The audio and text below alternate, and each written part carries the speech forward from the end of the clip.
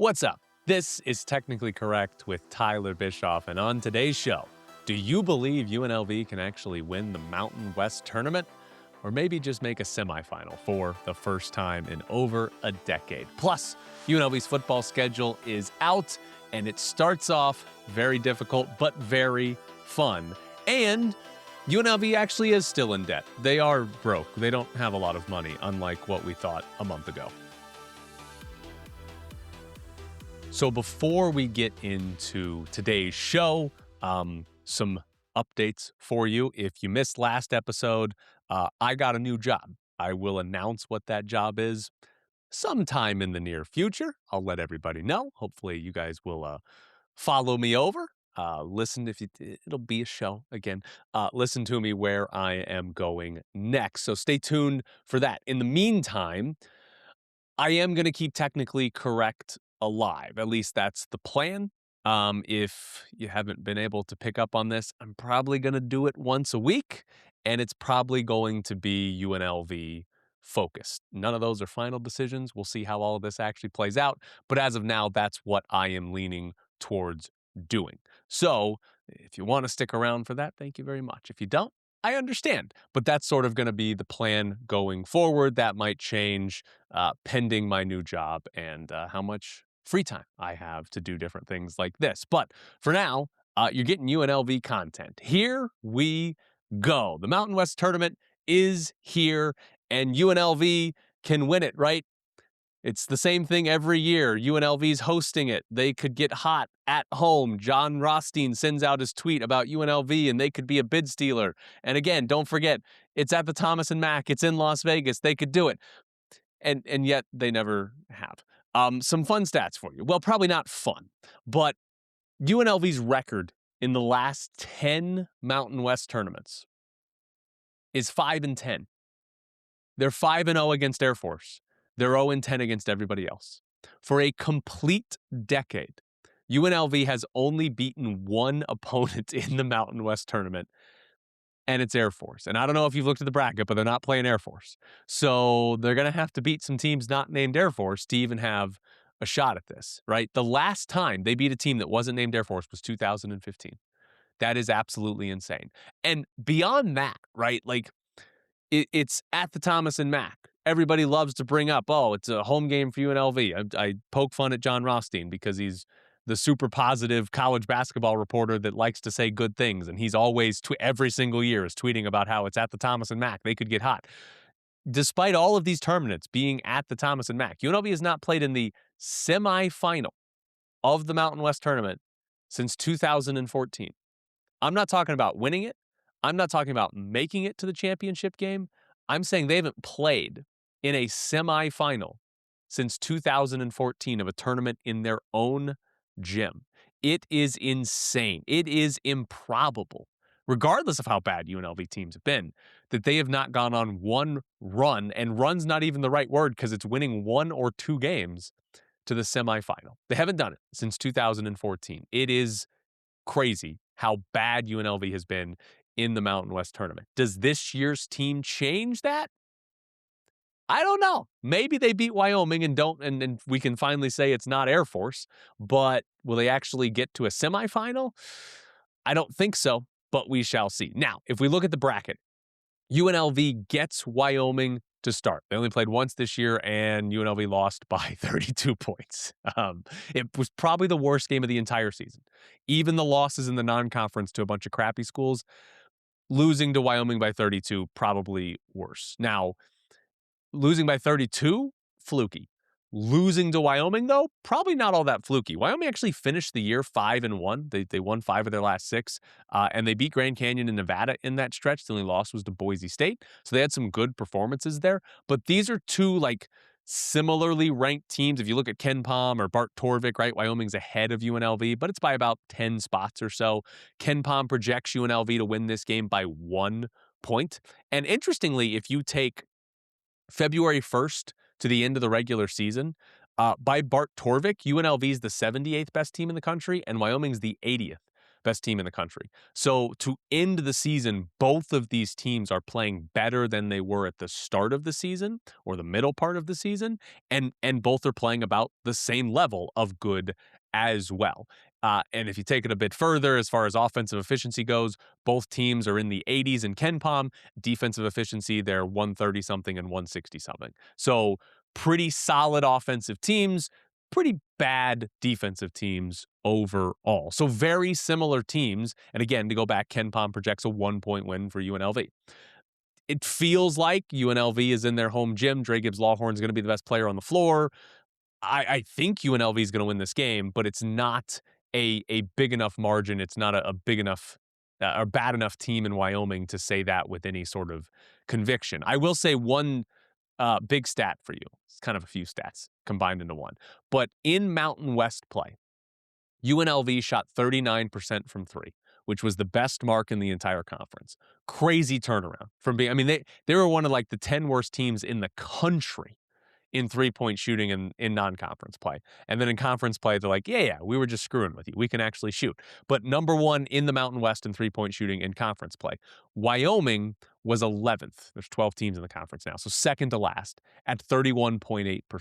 So you've got a big split in conference play of how these teams shoot from three. However, Wyoming took 46% of all of their field goal attempts from three, which was the second most in the conference. UNLV, only 36% of their shots in conference play were from three. That's the second fewest.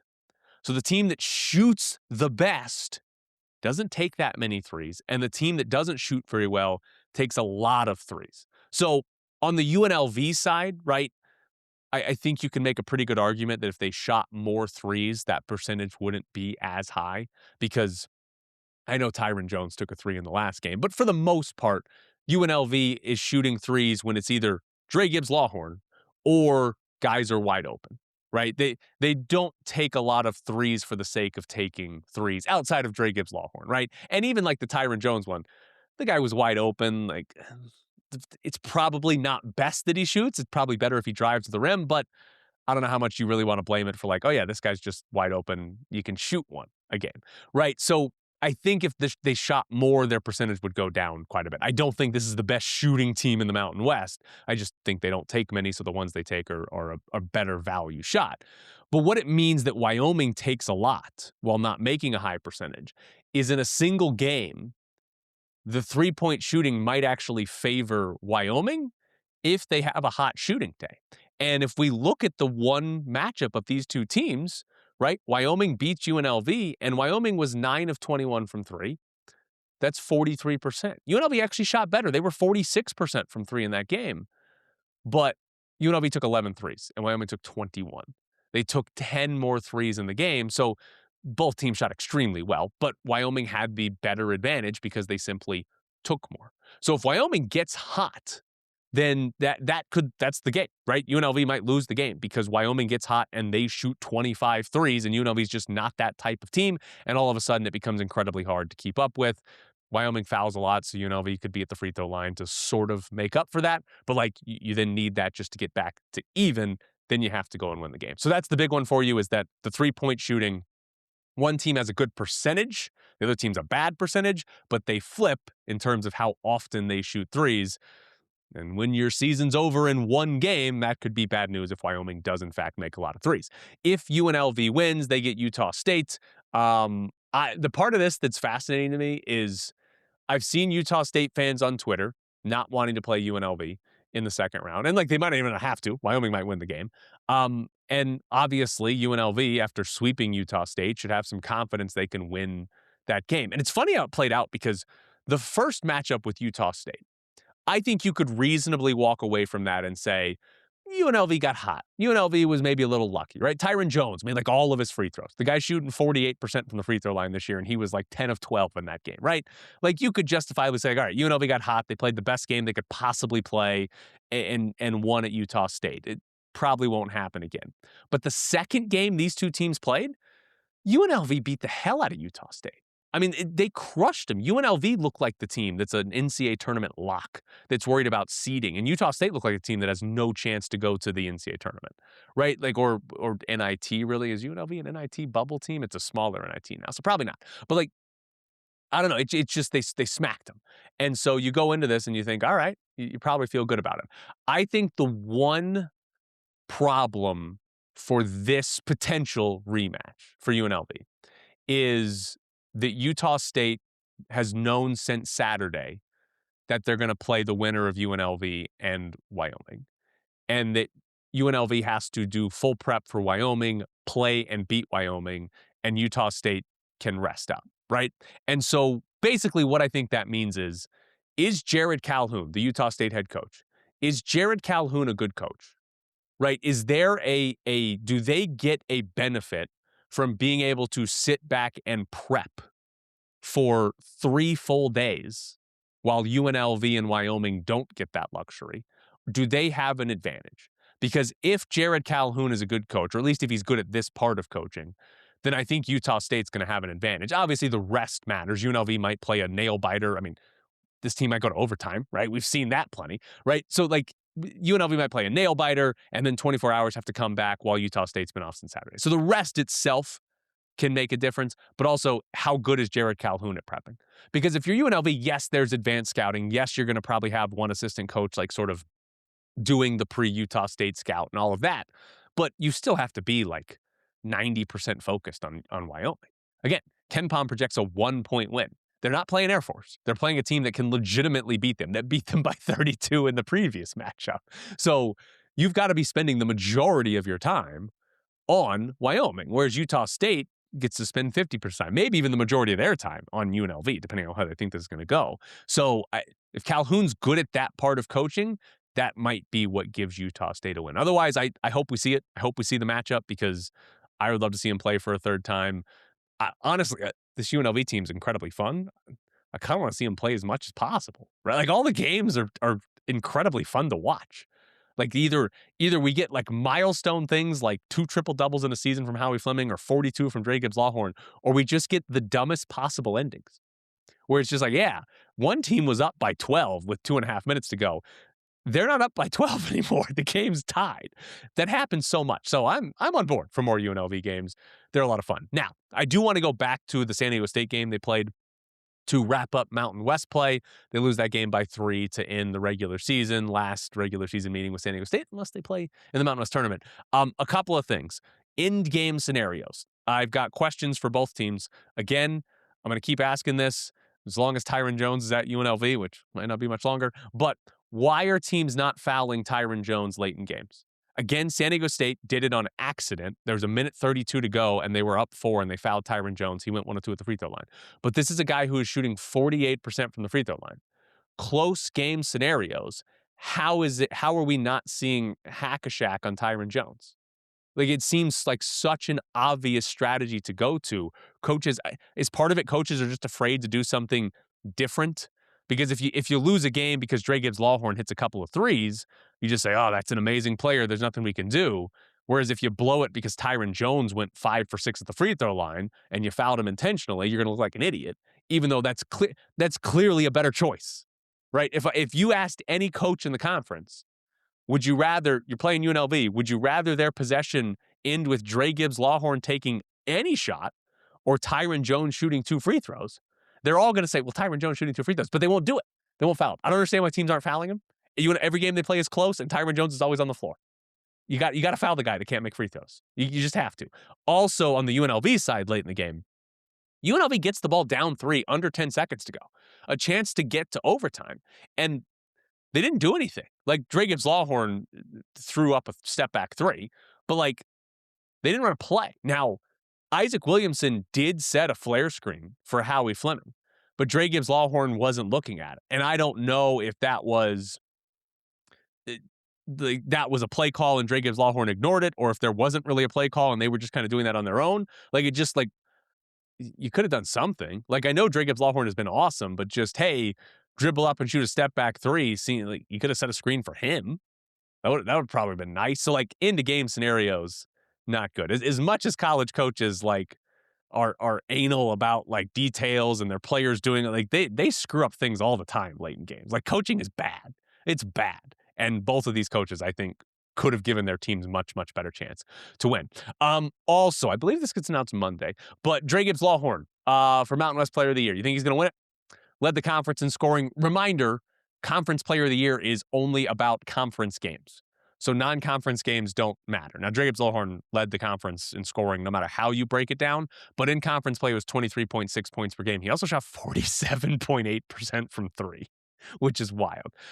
He put up 32 again against San Diego State. He had 4 games this year with 32 points. All of the other Mountain West players combined had 5 games of 32 points or more, so he had almost half of all the 32-plus point games this year. I think the real question on Mountain West Player of the Year, and if you want to vote for Dre Gibbs Lawhorn, is how much do you care about defense? Because Dre Gibbs Lawhorn is not a good defender. UNLV was pretty horrendous defensively this season. I mean, even Josh Pastner has called them the worst defensive team he's ever coached. And statistically, he's right. By Ken Pom rankings, it is. But and Dre Gibbs Lawhorn is a part of that. He was. I mean, just against San Diego State, late in that game, he's guarding BJ Davis, the guy who went for 30 against UNLV. Dre Gibbs Lawhorn is not a good defensive player. Now, all of their defensive problems, it's not like it's all on Dre Gibbs Lawhorn. They got a bunch of bad defensive players or a lot of guys that foul all the time, right? So they've got other issues, but if you care about defense, I understand why you couldn't even give the award to Dre Gibbs Lawhorn because he's a one side of the ball type of player. However, in the sport of basketball, when we give out awards, we often give them out because of what you do on one side of the ball, and that is the offensive end, right? We tend to care about offense, and defense is like, an afterthought. And if that's the case, Dre Gibbs Lawhorn is the best offensive player in the Mountain West this year. He had the best offensive performance of any player from start to finish in Mountain West play. And if that's all you care about, he's the Mountain West Player of the Year. I don't think it should be. I think you should care more about defense. I'm still annoyed that Nemish Queta, the center at Utah State, who's now with the Celtics, that I think he was left off the first team All Mountain West team by the coaching staff, by the coaches, in the year that he was the defensive player of the year. Like, he was so good defensively at blocking shots that UNLV, when they played them, TJ Otzelberger told his players, don't try to shoot layups. He's going to block the shot. Take the mid-range jumper. Otzelberger, a guy who's anti-mid-range jumper, was like, yeah, that guy's too good. Just shoot the mid-range jumper. He affected game plans that much, and coaches were like, we don't think he's one of the 5 best players in the conference. It was insane. Absolutely insane. So the coaches that sit and tell you that, you got to play defense, they don't care about it either. Don't ever listen to him. So Dre Gibbs Lawhorn, I don't think he's going to win it. Offensively, had the best season. Defensively, if it matters to you, can absolutely ding him enough to not consider him for Mountain West Player of the Year. Or I shouldn't say consider, but not give him Mountain West Player of the Year. One last thing on basketball. I don't know if this Josh Pastner trait is something that he has always done and therefore will probably always do, or if it's just something that's a symptom of this year. But Josh Pastner has absolutely loved to ride lineups in games until the wheels fall off. And what I mean by that is at some point in the game, UNLV goes on an 8-0 run. Pastner is going to leave those 5 guys on the floor until whatever lead they built or whatever lead they overcame, all of it's completely gone because that lineup fell apart. And we saw it in the San Diego State game, right? We've seen it in a lot of these games. But I'll go back actually. The Utah State game, it worked out well for him. Dre Gibbs Lawhorn picked up 2 fouls in the first half, and then Dre Gibbs Lawhorn did not play the final 11 minutes of the first half. Now, Pastner is one of the most aggressive coaches in the country at playing guys with 2 fouls in the first half. Ken Pom actually tracks it. He's in the top 30. Right? Pastner has no problem playing Dre Gibbs Lawhorn when he has 2 fouls in the first half, but he didn't for 11 straight minutes in the first half because UNLV went on a run, and UNLV ended up in those final 11 minutes outscoring Utah State by 8, right? It worked out in that regard. He sat Dre Gibbs Lawhorn, the lineup that was on the floor went on a run, so he just stuck with it, and it worked. Now, they outscored Utah State by 19 points in the second half when Dre Gibbs Lawhorn played, so maybe they would have had a bigger halftime lead if he had come back in the 11 minutes, but it worked in the Utah State game. But against San Diego State, we saw it again. UNLV got off to a hot start, and Josh Pastner, who didn't start Tyron Jones, just left Tyron Jones on the bench for 8 minutes. I think it's bad coaching. Tyron Jones is one of the 3 best players on this team, and he should not be on the bench for the first 8 minutes of any game. But why did Pastner do that? It's because UNLV went on an 8-0 run that put them up 19-11. So Pastner didn't want to make any substitutions after that happened, and he didn't make a single one for 8 minutes. He finally made a substitution after San Diego State scored 7 straight points and retook the lead. So this lineup goes on a run, and Pastner is like, I'm sticking with it. And then it's all gone, and then he finally subs. That's what he has done, right? And here's the problem with that specific example. Why did UNLV go on this 8-0 run? Why were they up 19-11? It's because they made 4 of their first 5 three-pointers.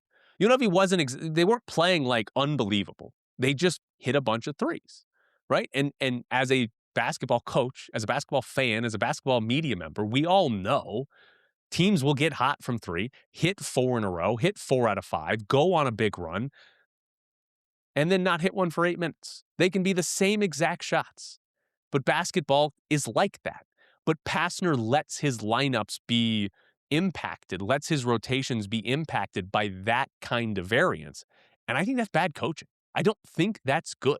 I don't think you should be saying, well, I'm not going to play Tyron Jones or Dre Gibbs-Lawhorn. They're normal minutes because Walter Brown hit a couple of threes or Howie Fleming hit a couple of threes.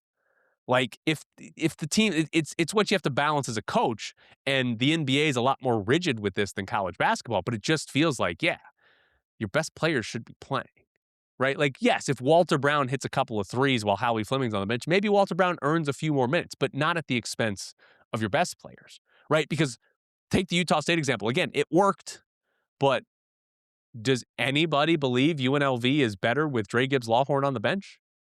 No. But Josh Pastner kind of told us that for 8 minutes. He's like, I'd rather him sit because these other guys are hot. I don't like that coaching because ultimately, as a coach, you shouldn't be making decisions on these super small sample sizes, right? Like I want a coach that's making the decisions on the bigger sample sizes and going with that as opposed to we hit a couple of threes in a row, so we're going to keep rolling this out. It's going to stop. It's going to burn up. So I don't like that. We've seen it a lot from Pastner this year. Again, it might be a case of it just being this season because they did have a lot of injuries. They had a lot of guys in and out of the lineup early on. Figuring out who the best lineup was took a lot of time. You could argue Pastner still doesn't know. But like it's been a weird season. If next year is more normal and, you have your starting 5 and you have your 2 or 3 bench players that you rely on, and you're going to have injuries, but you don't have anybody that's like, oh, he's out for 10 games or he's out for the season. We got to try other guys. Maybe it's not quite as loose. It's not quite as fluid with how Pastner's going to play his guys, and it's a little bit more rigid with the rotation. Now, on to football. Couple of things on football. First off, the schedule is out. UNLV, we knew who they were playing, but we did not know the order. And the fascinating part to me is the start of the schedule. UNLV opens with Memphis. We knew that. They're going to host Memphis. But their second game of the year is at Hawaii. There's no bye week before. There's no bye week after. UNLV is going to Hawaii and coming back with no bye, and it's the second game of the season. And then they go to North Texas in their third game.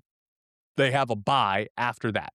So those first 3, I think they section off nice in the schedule because of the bye week being after there. And also they section off because of the difficulty of opponents, right? Those are 3 of the toughest teams UNLV is going to play next season. New Mexico is on the schedule. We'll see how good North Dakota State is. But those are 3 of the best teams. There's a real chance we get to the end of the year, and those are the 3 best teams that UNLV plays at the end of the year. But what it means is that we're going to know, like, right away if UNLV has a chance at the playoffs or not, right? Memphis, probably legitimate playoff contender, or group of 6 playoff contender, I should say. Hawaii, probably behind UNLV in the Mountain West pecking order, but still in the top half, in the top third, and you're going to Hawaii, you can absolutely lose that game. And then at North Texas, we'll see how good they are, but they could be a playoff contender as well, right? And being on the road makes it difficult too. So if UNLV comes out of that stretch at 3-0, they're probably at the top of the group of 6 playoff talk for the entirety of the season. Right? Because it's not a power conference win. They do play Cal, so they'll get a shot at one, but that's about as good as you can do without beating a power conference team. So if they come out of that 3-0, it's a real conversation the entire year. If they come out of it 2-1, they're probably not going to be at the top of the conversation, but it's still they're still in the mix, right? 2-1 out of that is fine. 1-2, you're probably done for. You probably have to win out.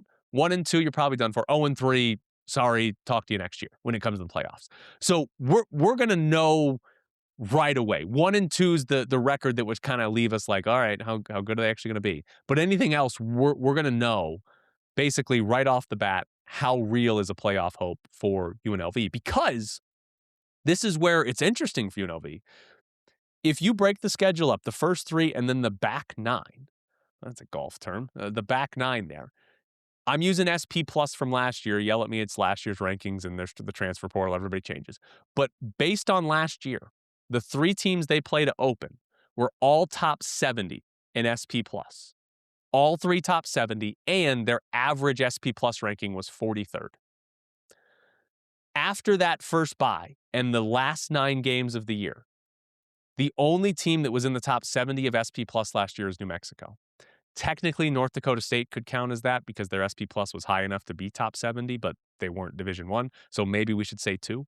But New Mexico is the only team top 70, and the average SP Plus of the last 9 teams they play was 96. So if UNLV goes 3-0 or even 2-1, there's a real chance they're favored in every game the rest of the season, right? At New Mexico, maybe not. But home against Cal, if they're 3-0 to start the year, they're probably favored at home against Cal, right? Home against North Dakota State, they're probably favored if they get off to that 3-0 start, right? So there's a real chance that UNLV is favored in their last 9 games of the season. So if you're 3-0, you can probably afford a loss and still be the top group of 5 playoff team, assuming you go on and win the Mountain West Championship game. Boise State's not here, so they could do that, right? If you lose one of those games early, you might be able to afford one more loss. Maybe you're going to be bringing resumes in, but like that's the schedule's easy. And after those first 3, it's really easy. So those first 3 are super important. And then it's sort of like, all right, if UNLV's in the mix, they're just going to be counting off the wins. I know that's a weird thing to say for UNLV football, but they should be. They should absolutely be counting off wins against teams like they end the year with Nevada. Northern Illinois was not good last year and lost their coach in February, right? San Jose State, Wyoming, the Air Force. These are teams UNLV should be counting off the wins. Cal, North Dakota State, and New Mexico will probably be tough. Those are not like free wins, but if they beat Memphis and Hawaii and North Texas, it's hard to imagine they're going to lose all 3 to Cal, North Dakota State, and New Mexico. So, or it could be bad. It could be bad. They could lose all 3, and we're like, well, this season's over. But it's going to be a fun start to the season. A couple other things for you. First off, UNLV is actually broke. Mick Akers of the Review-Journal had a story, and they are still $26.7 million in debt. So that budget they had from last month that was like, oh, look, UNLV made a profit. They're still in debt from previous years carrying over, however that works. What's probably bad is from the story that Mick Akers wrote, people at UNLV are like, okay, we've got a plan to handle it. It's going to be institutional support and the money coming in from the Pac-12. Okay. That might work. However, I feel like that's a bad plan. Like if your plan is just, oh, the university is just going to give us money. And hey, remember when our conference almost fell apart and then we were promised a bunch of money from the Pac-12? That's our answer. Neither one of those are actually like, hey, we're going to save money here or we're going to generate more money here, which is what you would want to hear. Neither one of those is the answer. It's, yeah, UNLV is just going to give us some more. I don't know. Is their chemistry class making a bunch of money they can lend to UNLV football? Is that what they need? Which, by the way, if you remember the budget, the thing that's fascinating about all this, UNLV football, we're at the height of UNLV football's success. The program lost money last year. UNLV football did not generate a profit. They lost money. How does that work? You'd think winning and you'd have money, but if they're losing money, where does UNLV actually generate more money from? Oh, the Pac-12 is supposed to pay us a whole bunch of money. If that's the answer, I guess that's the answer. Which brings us to the other story. John Canzano wrote over the weekend, or last week, I should say, that the Pac-12 still wants UNLV. So key detail here, the Pac-12 has to add at least one more football member before 2027 because I guess according to John Canzano, their media rights deal is not going to be fully fulfilled unless they add one more football playing member. So they've got to add somebody else. And according to John Canzano, they still want UNLV. The only way I can see UNLV going to the Pac-12, right, is if the Mountain West completely falls apart and doesn't exist anymore, right? Or the Pac-12 wins the lawsuit and suddenly they owe the Mountain West $0, and so UNLV is not getting any of the exit fees from the Pac-12 schools, right? Because the whole point of UNLV staying in the Mountain West was the money, was to get the money because they're broke, right? It was to get the money to pay off the debt, and they didn't want to have to pay an exit fee. So I can't imagine UNLV leaving, having to pay an exit fee to then join a conference now because they already made their decision on this. If the Mountain West doesn't exist, then obviously that changes the story. So I can't imagine they're leaving. What actually would be funny, right? If UNLV leaves, does the Mountain West still exist? Because there was a 24-hour period where it was like UNLV and Air Force were kind of deciding the fate of the Mountain West. And if they were going to leave and one go to the Pac-12, one go to the American, and basically the Mountain West would, they probably still would have existed, but it would have been, oh my God, who is left in this conference, right? There was a chance the Mountain West is going to be dead. But UNLV chose to stay. And so at this point, if UNLV were to leave, Mountain West, they'll be worse off, but they'll be fine. They've already backloaded programs. They've got enough programs. Would Air Force leave? Maybe eventually. They're probably going to end up in the American and just join Navy and Army. But they've backloaded enough. I think they'd be fine. So I don't think the Mountain West is just going to disappear. I don't think that's going to happen. And so it leaves the Pac-12 again in the same scenario of, wow, they really thought they were a bigger deal than they actually were. Because if you remember the timeline on this, they poached the Mountain West schools. And their plan was to poach the San Diego States and the Boise States, right? Poach some of the top of the Mountain West, their first four, and then go get the best teams from the American. Go get the Memphis and the South Florida from the American, right? And basically take the two group of 5 conferences that are good, lop off their best teams, you take them, now you're the best group of 5 conference or group of 6 conference, and those two conferences are severely hurt. And now you've got Oregon, Washington State, and 8 new solid members coming in for not a power conference, but a good 10-team conference. The problem is the teams in the American said, no, thank you. We're not interested in that, which meant the Pac-12 came back to the Mountain West and was like, oh, please, dear God, UNLV, will you come? And Utah State said yes. But all it was please UNLV, and they got Utah State, but no UNLV. And they just overshot how good they thought they were going to be, right? And so now they might have to pay the Mountain West a bunch of money, and UNLV is going to get some of that money, and they're going to backload with who? They already said no to Sacramento State. Who do they backload with? I don't know, but they apparently got to add one more team, and it's probably not going to be a good one because UNLV is saying no to them. I don't know who it's actually going to be at the end of the day. Last thing on UNLV and UNLV football, UNLV got a quarterback to commit, a 3-star quarterback named Luke Farrell in the class of 2027. And first off, you can never have too many quarterbacks. I think UNLV should know that more than any other program. How many times have you watched a season where the backup has had to become the starter because the starter got hurt or the starter was just bad, right? It happens every year, pretty much. And on top of that, how many times has the backup been better than the starter? Incredibly high amount of times. Either there's a quarterback battle into the season or the backup's just straight up better than the starter. And we get to game 4 and we're like, what the hell was this coaching staff? It's happened to all of the coaches. Everyone they've had since I've been here. Yeah, they can't evaluate the quarterbacks in preseason. And then we get to week 4 and we're like, how did you not figure this out? Right? So having more quarterbacks, always good. Never think you're set at quarterback. But follow me in this roundabout way. But Luke Farrell, or Farrell, I'm not exactly sure how to pronounce his last name.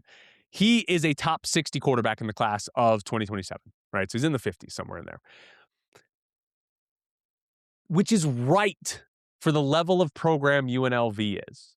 And what I mean by that is imagine if every college football program landed exactly one high school quarterback every single year, right? Obviously, it doesn't work that way, but imagine if it did and it matched up where the best program got the highest ranked quarterback, right? So who do we want to say is the best? Ohio State or Georgia or something like that. They get number one, number two, and so on. And you just work your way down to where the 70th best program gets the 70th best. The 33rd gets the 33rd best quarterback, right? UNLV would be somewhere in the 50s, right? Like if we ranked all the programs, you're going to have the majority, if not all of the power conference teams are going to be ahead of all of the group of 5 teams, group of 6 teams. And UNLV would be towards the top of that group of 6, which puts you somewhere in the 50s. And so this is like a roundabout way of me saying this is who UNLV is. And in theory, Dan Mullen's going to leave at some point, right? In theory, you're going to make a bad hire and have some bad years, but as long as college football stays how it is right now, which might not be that much longer, but with a power group of conferences and then the group of 6, I think it's fair to expect UNLV is going to be at the top of that group of 6. Again, not every single year. You're going to have they might have a down year this year, right? They might lose 5 games and we're like, not a bad year, but it wasn't a good year. So, but generally speaking, on a 5-year or 10-year stretch, UNLV should be towards the top of the group of 6 in football. And I think we're getting enough signs that that's going to keep happening. Their transfer class and their high school recruiting class, right? We're both at the top, if not the top, of recruiting rankings, transfer portal ranking, right? Of group of 6 anyways, right? They're getting a quarterback that's in the top 60. That's about where they should be. They're not going to be challenging Alabama. They're not going to be challenging the top of the SEC and the Big 12, but they can get this level of player. This is the level of player they should be getting at the end of the day. So it's just sort of another, I think, sort of reassurance that, yeah, UNLV football can do this. UNLV football can be here, should be here at this point, right? How much money is Dan Mullen getting paid compared to the other group of 5 coaches? It's a lot. It's the most, I think, right? Still. So it's just like, this is where UNLV should be. Get to the playoffs, right? Like that should be a goal. It should be a realistic goal for this program. It doesn't mean missing the playoffs is a bad season, but it's like that's what you should be contending for on a fairly regular basis. But this has been Technically Correct. I'm Tyler Bischoff. Thank you so much for tuning in.